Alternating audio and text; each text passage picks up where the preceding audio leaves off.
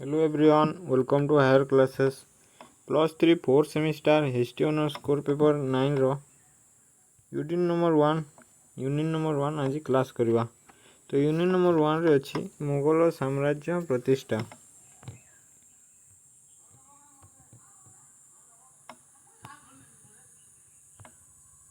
तो आज देखिबा हमें मुगल मानक आगमन समय रे भारतर स्थिति अवदा अथवा बाबरଙ୍କ आक्रमण समय रे भारतर स्थिति। चलନ୍ତୁ वीडियो को स्टार्ट करवा। मुगल साम्राज्यर प्रतिष्ठा establishment of the Mughal rules. ख्रीष्टीय 17श शताब्दी रे भारत रे एक नूतन प्रशासनिक युग रो आरंभ होइथिला। उक्त मुगल युग प्रवर्तनर नायक बाबर 1483 रु 1530 ख्रीष्टीय थिले।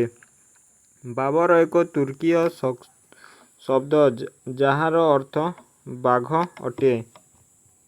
ତାଙ୍କର ମୌଳିକ ନାମ ଜାହିର ଉଦ୍ ଦିନ ମହମ୍ମଦ ଥିଲା। ତ ବାବରଙ୍କ ମୌଳିକ ନାମ ଜାହିର ଉଦ୍ ଦିନ ମହମ୍ମଦ ଥିଲା। ସେ ମଧ୍ୟ ଏସିଆ ସ୍ଥିତ ଫରଗନାର ବାସିନ୍ଦା ଥିଲେ।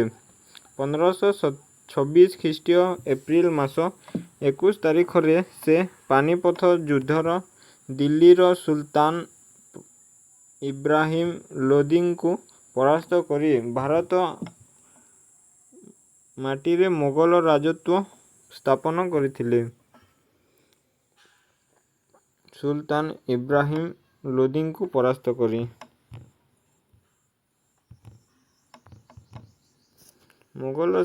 ମୋଗଲ ମାନଙ୍କ ଆଗମନ ସମୟରେ ଭାରତର ସ୍ଥିତି ଅଥବା ବାବରଙ୍କ ଆକ୍ରମଣ ସମୟରେ ଭାରତର ସ୍ଥିତି। ଖ୍ରୀଷ୍ଟୀୟ 16ଶ ଶତାବ୍ଦୀର ପ୍ରଥମାର୍ଦ୍ଧରେ ଇସଲାମିକ ସଫାବୀ ପାର୍ସିଆ ଇରାନରେ ସଫାବୀ ସାମ୍ରାଜ୍ୟ ସ୍ଥାପନା କରିଥିଲେ। ସେତେବେଳକୁ ଅଦମ୍ୟ ଉତ୍ସାହ ଓ ଉଦ୍ଦୀପନାରେ ପରିପୂର୍ଣ୍ଣ ଇସଲାମୀୟମାନେ ଭାରତ ମଧ୍ୟକୁ ପ୍ରବେଶ କରିବା ପାଇଁ ପ୍ରସ୍ତୁତ ହେଉଥିଲେ। ଉକ୍ତ ପ୍ରବାହମାନ ତରଙ୍ଗକୁ ଜାହିରୁଦ୍ଦିନ ବାବର ସୂତ୍ରଧର ରୂପରେ କେବଳ ଗତି ପ୍ରଦାନ କରି ଭାରତ ମଧ୍ୟକୁ ପ୍ରବେଶ କରାଇଥିଲେ।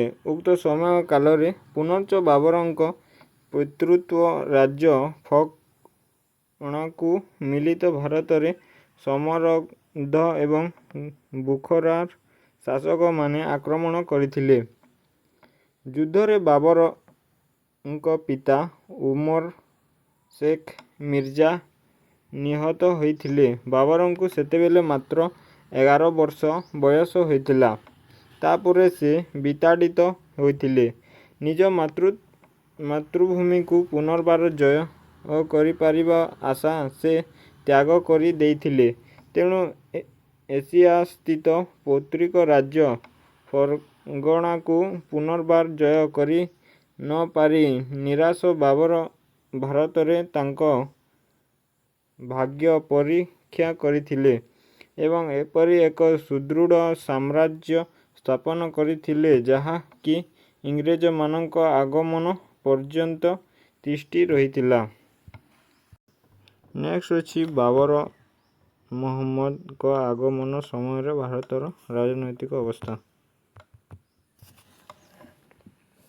ପଶ୍ଚିମ ଏବଂ ମଧ୍ୟ ଏସିଆକୁ ନିରାଶ ବାବରଙ୍କୁ ଭାରତୀୟ ଆଭ୍ୟନ୍ତରୀଣ ରାଜନୈତିକ ସ୍ଥିତି ଭାରତରେ ସାମ୍ରାଜ୍ୟ ସ୍ଥାପନ ପାଇଁ ତାଙ୍କୁ ନିମନ୍ତ୍ରଣ କରିଥିଲା। 700 ବର୍ଷ କାଳ ତିଷ୍ଠି ରହିଥିବା ତୁର୍କୀୟ ଏବଂ ଆଫଗାନ ଶାସନ ଦୁର୍ବଳ ହୋଇ ପଡ଼ିଥିଲା।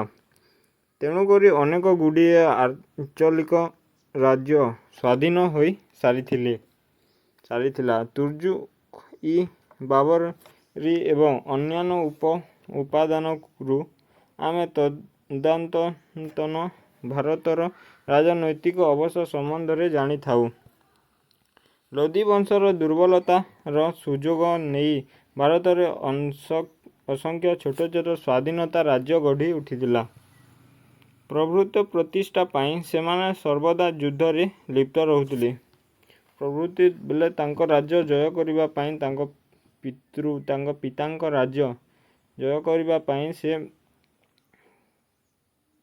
ପ୍ରଭୃତି ପ୍ରତିଷ୍ଠା ପାଇଁ ସେମାନେ ସର୍ବଦା ଯୁଦ୍ଧରେ ଲିପ୍ତ ରହୁଥିଲେ। ସେଗୁଡ଼ିକ ଜଣେ ଶକ୍ତିଶାଳୀ ଆକ୍ରମଣକାରୀଙ୍କ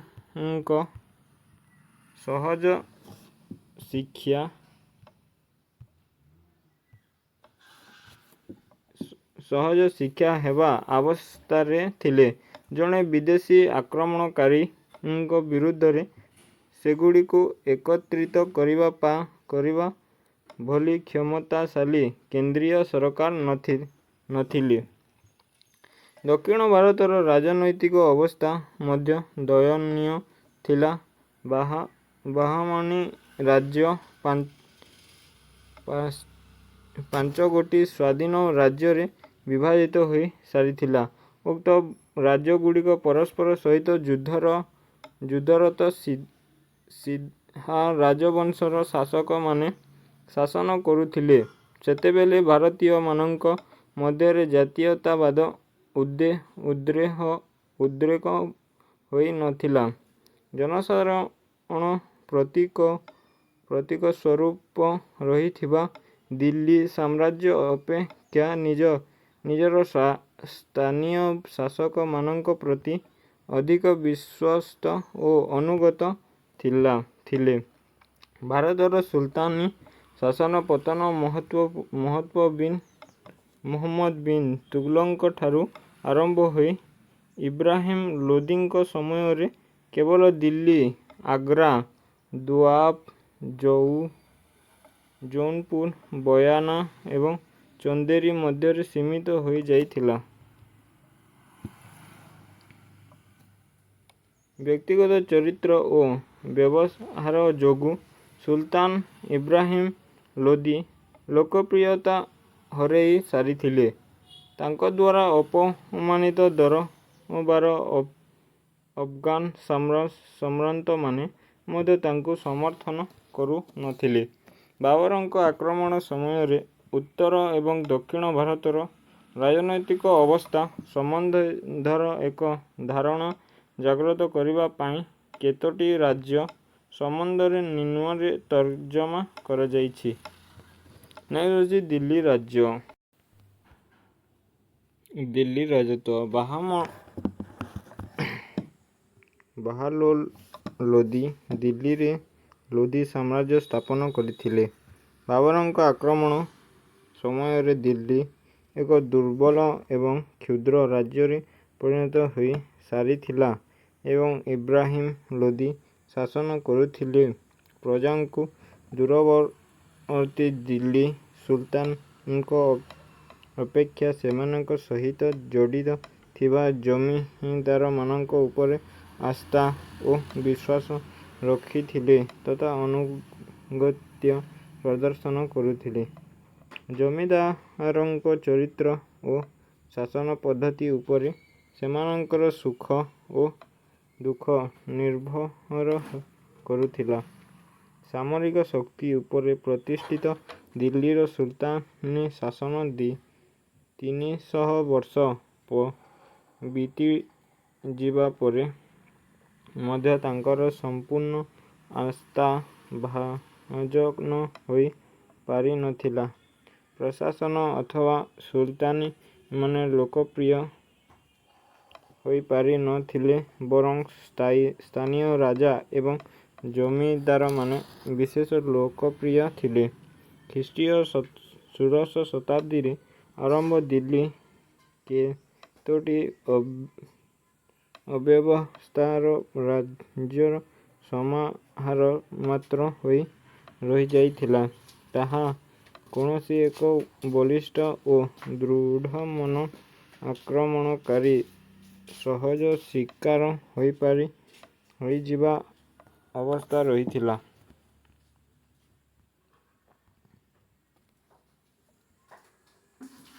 ଇବ୍ରାହିମ ଲୋଦିଙ୍କ ବ୍ୟକ୍ତିଗତ ଚରିତ୍ର ଏବଂ ବରିଷ୍ଠ ପାରିଷଦମାନଙ୍କ ପ୍ରତି ବ୍ୟବହାରରେ ପଦାଧିକାରୀ ଦରବାରୀମାନେ ଅପମାନିତ ଏବଂ ଅତିଷ୍ଠ ହୋଇ ତାଙ୍କୁ ଶତ୍ରୁ ହୋଇ ଯାଇଥିଲେ।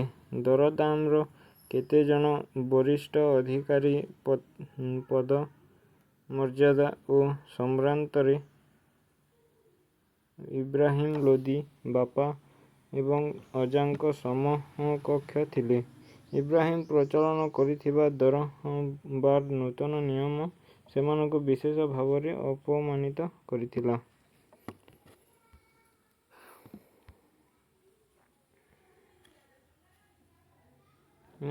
କାଶ୍ମୀର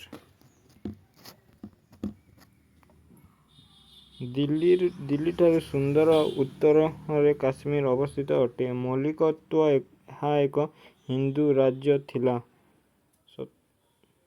1339 ଖ୍ରୀଷ୍ଟୀୟରେ ହିନ୍ଦୁ ରାଜାଙ୍କ ଜଣେ ମୁସଲମାନ ଅଧିକାରୀ ତାଙ୍କୁ ସିଂହାସନଚ୍ୟୁତ କରି କ୍ଷମତା ଅଧିକାର କରି ନେଇ ମୁସଲମାନ ଶାସନ ମୂଳଦୁଆ ପକାଇଥିଲେ।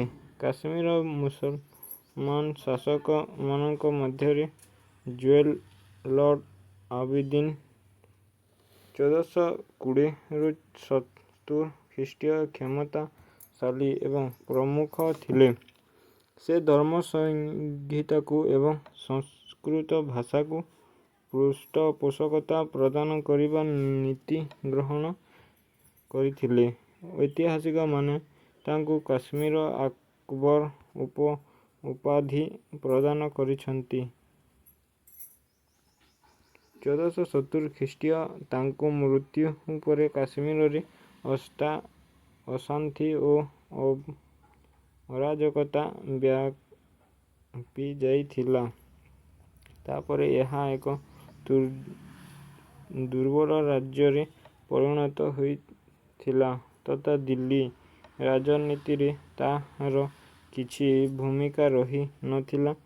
1540 ଖ୍ରୀଷ୍ଟୀୟରେ ବାଦଶାହ ହୁମାୟୁନଙ୍କ ଜଣେ ସମ୍ପର୍କିତ ମିର୍ଜା ହାଇଦର କାଶ୍ମୀରକୁ ଜୟ କରି ନେଇଥିଲେ। ପଞ୍ଜାବ ଉତ୍ତର ଭାରତରେ ପଞ୍ଜାବ ରାଜ୍ୟ ସୁପ୍ରସିଦ୍ଧ ଥିଲା। ଇବ୍ରାହିମ ଲୋଦିଙ୍କ ରାଜତ୍ୱ ସମୟରେ ଦୌଲତ ଖାଁ ପଞ୍ଜାବର ଶାସକ ଥିଲେ। ଏହା ନାମକୁ ମାତ୍ର ଦିଲ୍ଲୀର ଏକ ଅଂଶ ବିଶେଷ ଥିଲା। ହେଲେ ଇବ୍ରାହିମ ଲୋଦି ଦିଲାୱର ଖାଁଙ୍କୁ ଧମକ ଦେବା ପରେ ଏହା ମଧ୍ୟ ବିଦ୍ରୋହକୁ ଓହ୍ଲାଇ ଆସିଥିଲା ତଥା ଭାରତ ଆକ୍ରମଣ କରିବା ପାଇଁ ବାବରଙ୍କୁ ନିମନ୍ତ୍ରଣ କରିଥିଲା। ଏହି ପ୍ରକାର ପଞ୍ଜାବ ଦିଲ୍ଲୀ ସୁଲତାନଙ୍କ ଶତ୍ରୁ ଏବଂ ବାବରଙ୍କ ମିତ୍ର ହୋଇଯାଇଥିଲା।